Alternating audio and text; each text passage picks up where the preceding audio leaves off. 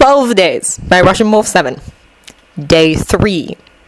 Harry was dreading breakfast to the point where he was seriously considering poisoning Dean and Seamus so they wouldn't see the gingerbread candle. Or just for the fun of it. He was supposed to be nervous and anxious and antsy because of Malfoy, not because of his unbody friends. They were ruining this, and he was pissed. Instead, he snuck out while they were still asleep and had an early breakfast. He brought Ron and Hermione with him, despite Ron's complaints at being woken up early, and made sure they were flanking him. Slowly, the table began to fill up, and he flagged Neville and Ginny over, claiming they hadn't had a chance to really talk in a while, and he missed them. Ginny narrowed her eyes. Harry, we talked a few days ago. I tried to get you to come to the Burrow instead of staying at Hogwarts for the holiday, but you said you had business here and wouldn't tell me what it was. And I was with you Saturday night while you were wrapping Christmas gifts, Neville said. Plus, we were partners in terms yesterday.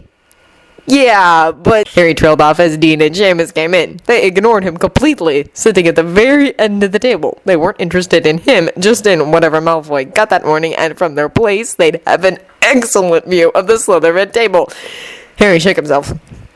But still, you're both going home for break. We should hang out as much as we can before you leave. Ginny rolled her eyes, and Neville shook his head. Whatever you say, Ginny replied. To his credit, Harry kept up an entirely coherent conversation, even when Malfoy sauntered into the hall, loudly wondering what he'd be getting for the third day. God, he's been insufferable lately, Ginny said, glaring at him. I was studying in the library last night, and he kept going on and on about his peppermints. Really, they're peppermints!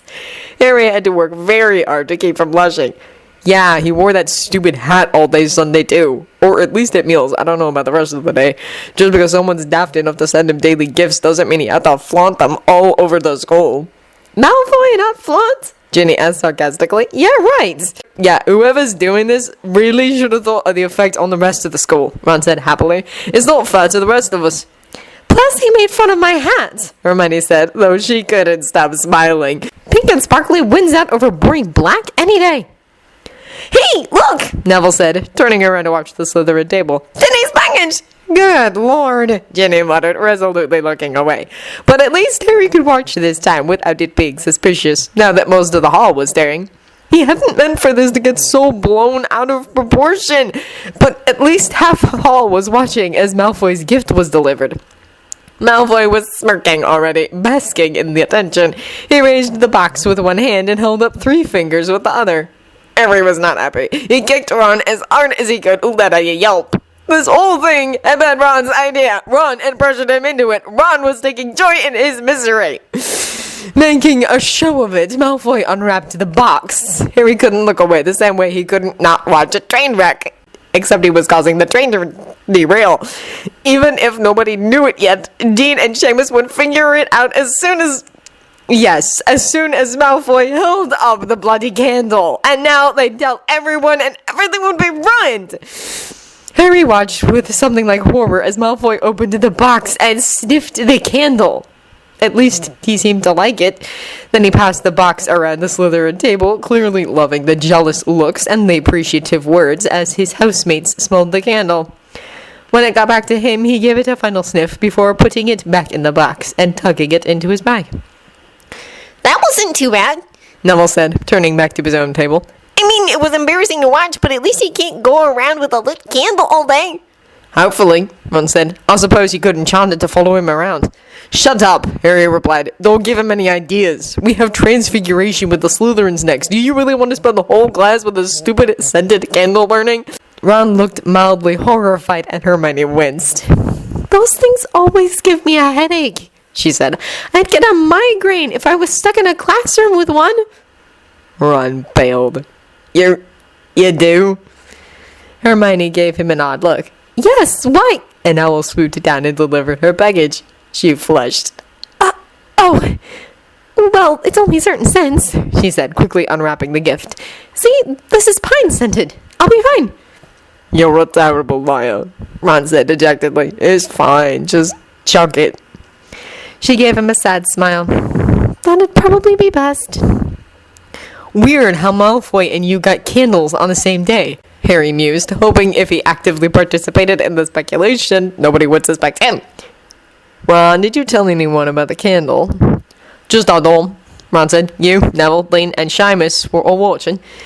But you were wrapping gifts for my family so Ginny can take them home with her. It couldn't have been you. He turned to Neville and wiggled his eyebrows suggestively. What of it, Neville? Are you sending Malfoy Christmas gifts? Neville glared at him, but at least he played along. Oh, yes, absolutely. It's not like it hasn't made my life a living hell all these years. We've been having a secret affair since third year. Well, that's that, Harry said. Mystery solved. When are you giving him tomorrow? A surprise, Neville said, returning to his breakfast. We're all on the edge of our seats, I'm sure, Ginny said dryly. And if by some magical coincidence you happen to run into the real gift giver, give him a punch for me, would you? Hermione's eyes widened. Is it you? She asked. You're certainly overreacting. Maybe it's a diversion. Ginny didn't bother to acknowledge her. Harry was very pleased by all of this. Malfoy didn't light the candle during transfigurations or lunch, but he did go back to wearing that bloody top hat, and he made a show of eating several peppermints during class. That was miserable. Not only was he flaunting his gifts, but the hat was still obnoxiously attractive, and the spectacle with the peppermints rolling them around, sucking hard enough on the candies to hollow his cheeks, occasionally licking his lips. That just wasn't fair! After class, Dean and Seamus cornered Harry in the hallway. Ron and Hermione had stayed behind so she could talk to Professor McGonagall about some detail Harry didn't catch or care about, and so he had just gone ahead unthinkingly. We know it's you, Seamus said. Even if it weren't for the candle, we'd have known, Dean added. The way you were staring at him, watching him eat those peppermints? Seamus shook his head. Just tish, Harry. You can't be so obvious. Harry opened his mouth to deny it, but lost the will. Dean and Seamus had seen him wrapping the candle. He couldn't argue with that. Fine, he said. Fine, just get it over with. Dean and Seamus exchanged a look, and then Dean clapped him on the shoulder. We won't say anything, he said. Harry stared at them. What? Under normal circumstances, we'd be all over it, but you're so pathetic, Seamus replied. It'd be like kicking a puppy when it tries to lick your hand. But you have to promise us one thing, Dean said menacingly. Harry narrowed his eyes. What? Send us a picture of his face when he finds out it's you, Seamus said with a grin. We have to see. It'll be so good. Buzz off, Harry snapped. I hate you both. At least send us an owl, yeah? Dean asked. Let us know how it goes. Fine, whatever. Harry pushed past them and doubled back to the Transfiguration classroom. Ron and Hermione were just leaving, and he told them what Dean and Seamus had said as they walked to the next class. Could be worse, Ron said optimistically. They could have told him, Hermione replied. Or insisted on the picture, Ron added. I know, Harry said. Bloody hell, this was bad enough before the whole school got involved. You'll be fine, Hermione said reassuringly. He clearly loves the gifts. He might be a bit surprised when you tell him, but once he gets used to the idea, I'm sure he'll come around. Harry felt a bit like crying. Right, come around. Or you'll be able to move on, Ron said. And eventually you'll be whining about someone different, and hopefully someone we don't all hate and have to pretend to like, so you... Ow! He rubbed his arm where Hermione hit him. It's fine, Hermione said. He's not my favorite person either, but as long as he treats you well, he'll be fine. There is no treating me, Harry replied. Hermione, you're too optimistic, and Ron, you're an ass. Can I just have a moment of silence to mope over the mess I've gotten myself into? Please. They remained silent until they reached Charms, and then conversation returned to classwork.